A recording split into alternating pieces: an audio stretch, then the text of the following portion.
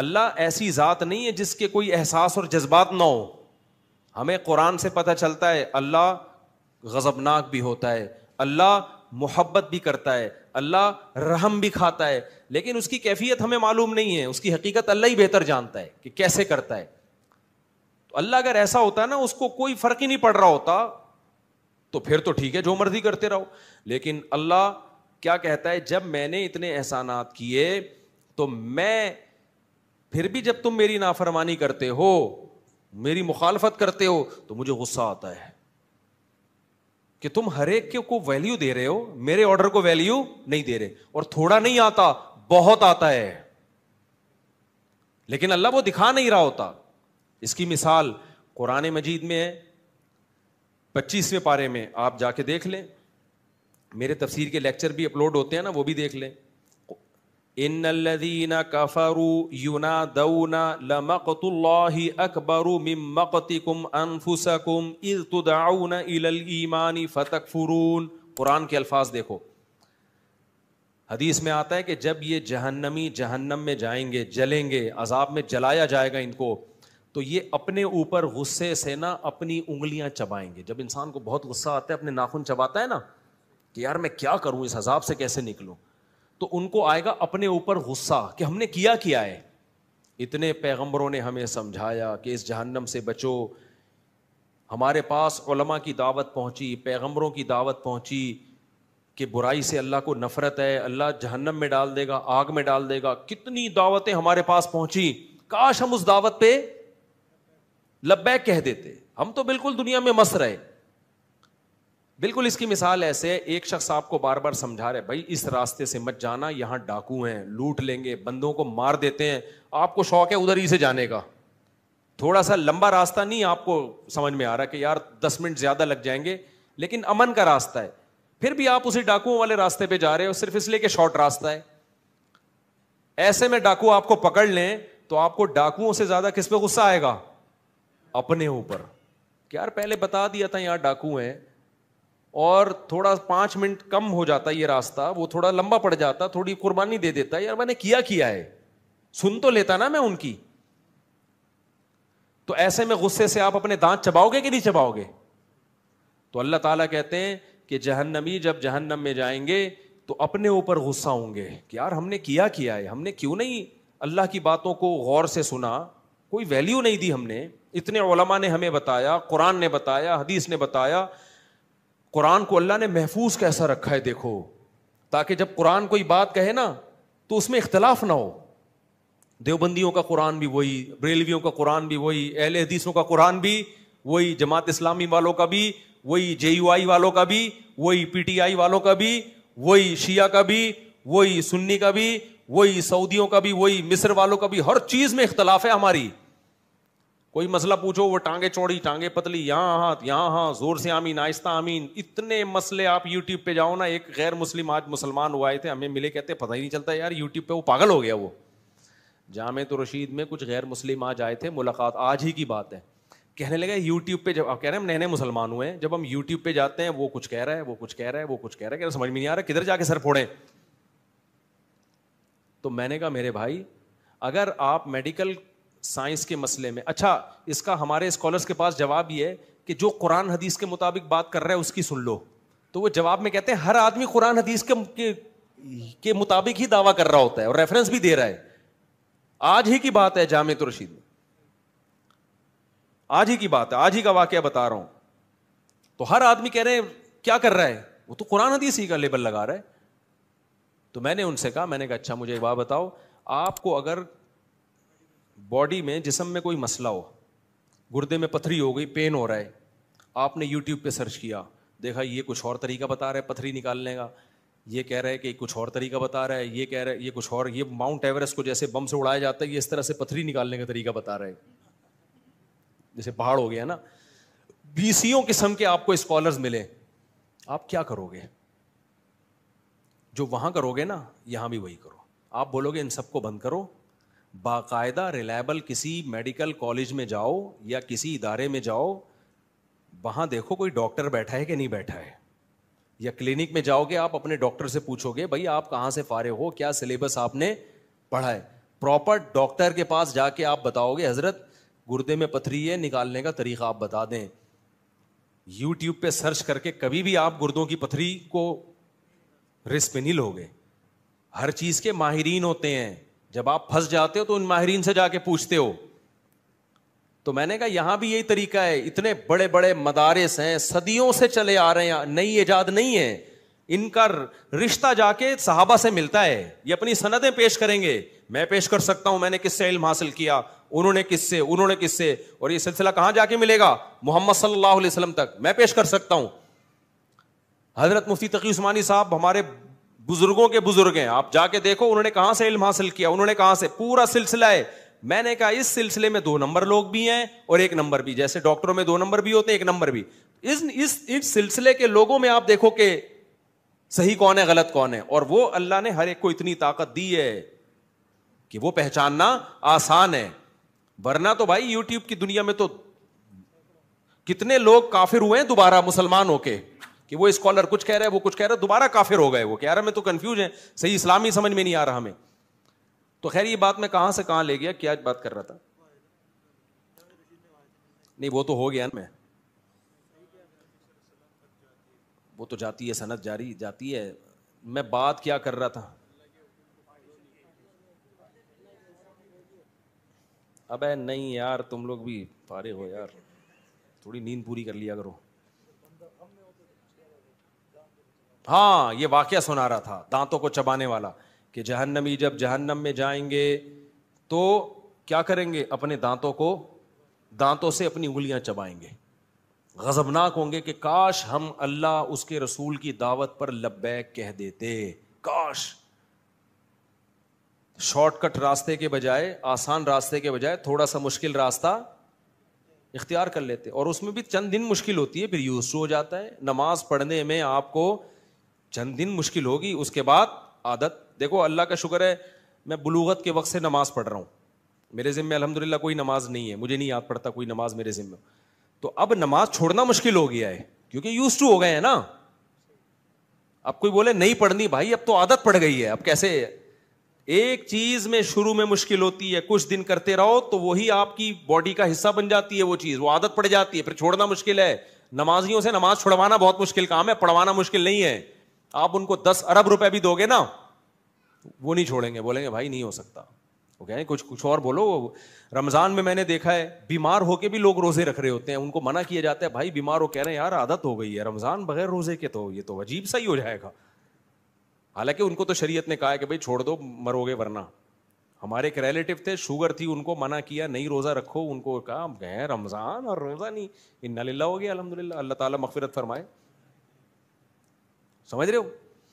تو اب شریعت پہ اپنی عقل کو تو ترجیح نہیں دینی چاہیے نا, لیکن بہرحال اب اللہ ان کی نیت اچھی تھی, اب انا للہ ہو گیا, اللہ تعالیٰ مغفرت فرمائے. ایک دم شوگر اتنی لو ہوئی ہے کہ وہ ان کو شوگر کو چینی کھانے کا بھی موقع نہیں ملا ان کو. بعض اب اتنی شوگر لو ہو جاتی ہے نا, وہ یہ بھی نہیں کہہ سکتا بھائی چینی کے ڈبے سے کیا لے کر آ چینی. وہ جو چائنیز نے کہا تھا نا, ابے یار تم لوگ بھول جاتے ہو, ایک چائنیز کے پاس گیا نا, ابے میں جو لطیفے چائنیز چنگ پونگ سنا رہا ہوں تو میرا خیال ہے چائنا والوں کو نہیں پتا.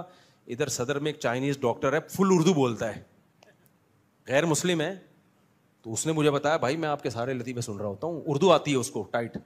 میں نے کہا ہم تو چائنا والوں کو تو چنگ پونگ کر کے بڑا ہم نے بعض چیزوں میں ریکارڈ لگایا ہے.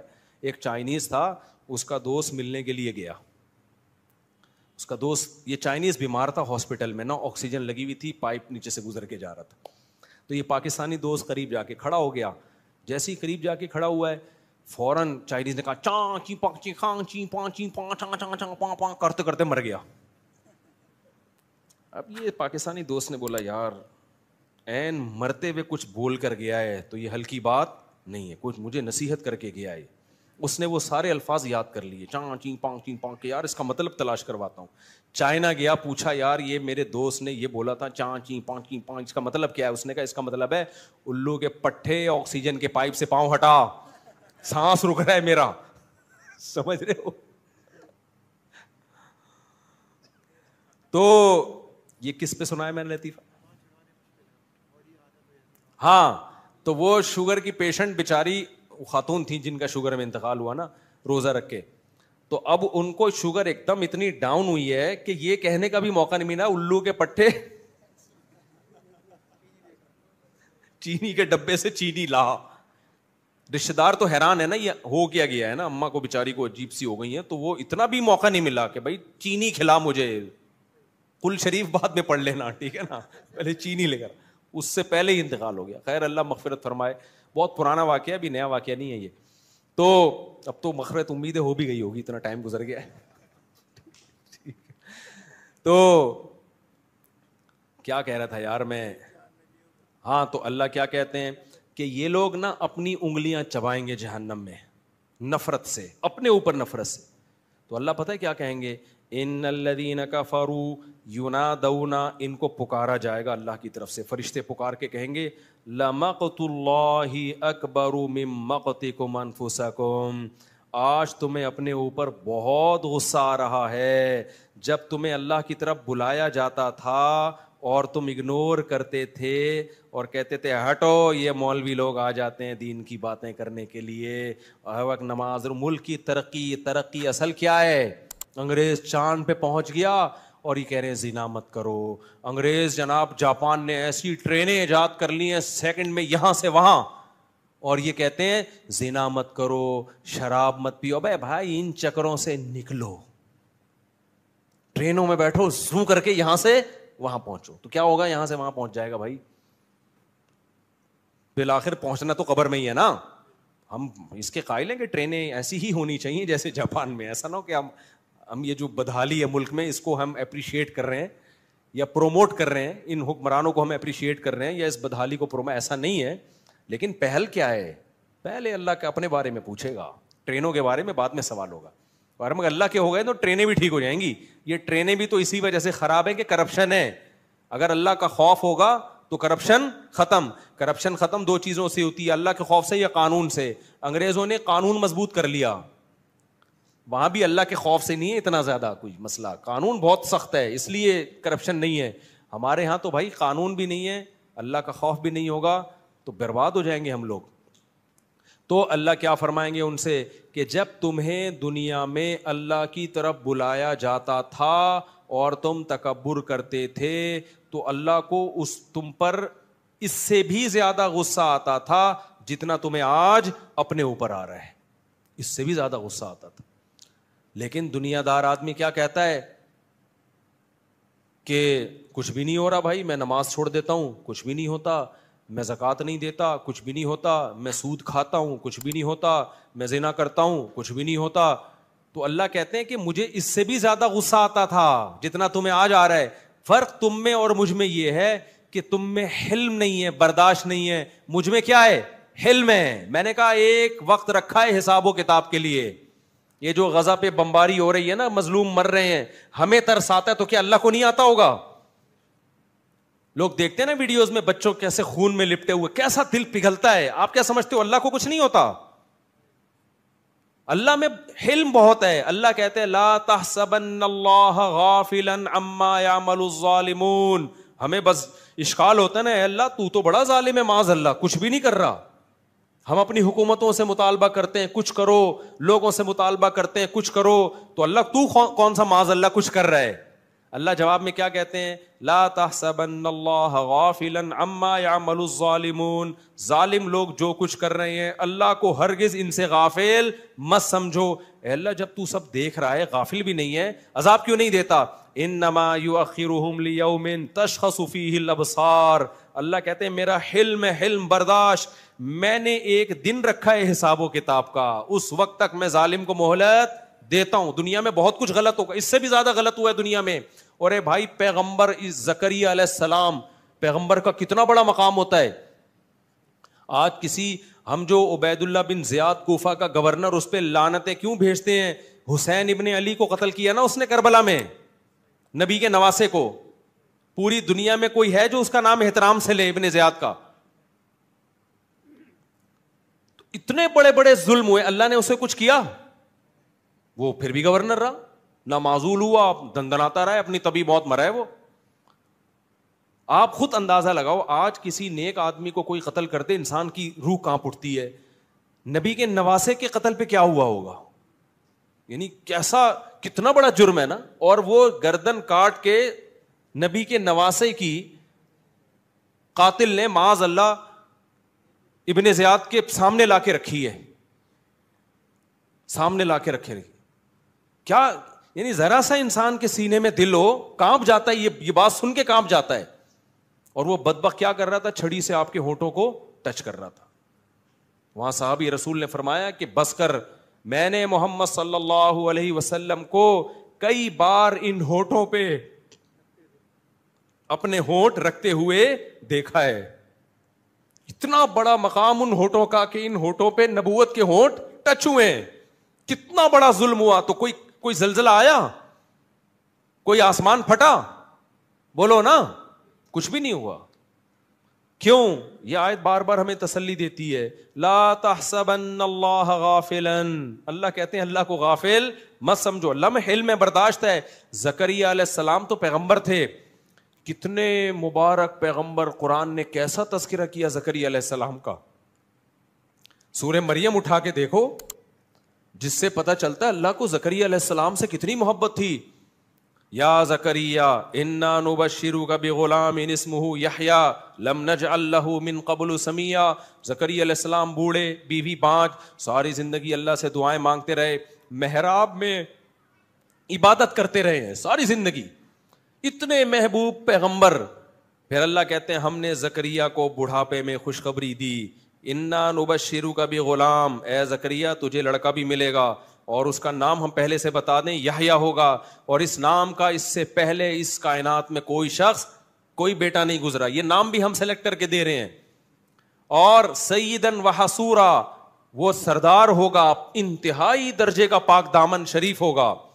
اور یا یحییٰ خذ الکتاب بقوہ, اس کو نبوت ملے گی. کتنے بڑے فضائل زکریا علیہ السلام کے کہ ان کو ایسے بیٹا مل رہا ہے.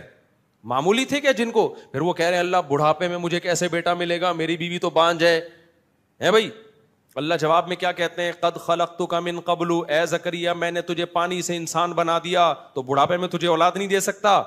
پھر اللہ کہتے ہیں میں زکریا کو یہ پروٹوکول کیوں دے رہا ہوں, انہم کانوا یسارعون فی الخیرات, زکریا اور اس کی بیوی نیکیوں میں ایک دوسرے سے بڑھ چڑھ کے حصہ لیا کرتے تھے. وَيَدْعُونَنَا رَغَبًا وَرَهَبًا, راتوں کو اٹھ کے ہمارے سامنے ہاتھ پھیلا کر ہم سے جنت مانگا کرتے تھے اور جہنم سے پناہ. یعنی نیک لوگوں کی ساری صفات کس میں تھیں؟ زکریا علیہ السلام میں. حشر کیا بنی اسرائیل نے ان کا. زکریا علیہ السلام کو اس بڑھاپے میں دشمنی میں پکڑ کے ان کے سر پہ آرا چلا کے 2 ٹکڑے کیے. کوئی عذاب نہیں آیا اللہ کی طرف سے. سمجھ میں نہیں آ رہی بات؟ تو آپ کیا سمجھ رہے ہوگے اللہ ایسے ہی بیٹھا ہوگا, اس کو غصہ نہیں آ رہا ہوگا؟ اے بھائی, اللہ یہ کہہ رہا ہوگا میرے پیغمبر کو تم نے اس طرح سے چیر دیا, کچھ بھی نہیں ہے. نا نا نا نا, اللہ کہہ رہا ہے آنے دو. آنا کس کے پاس ہے؟ میرے پاس. تو اللہ کا غضب انسانوں کے غضب سے کروڑہ گنا زیادہ, لیکن وہ غضب کا اظہار کیوں نہیں کرتا فوراً؟ کیونکہ اس کا حلم یعنی اس کی برداشت انسانوں کی برداشت سے کروڑہ گنا زیادہ.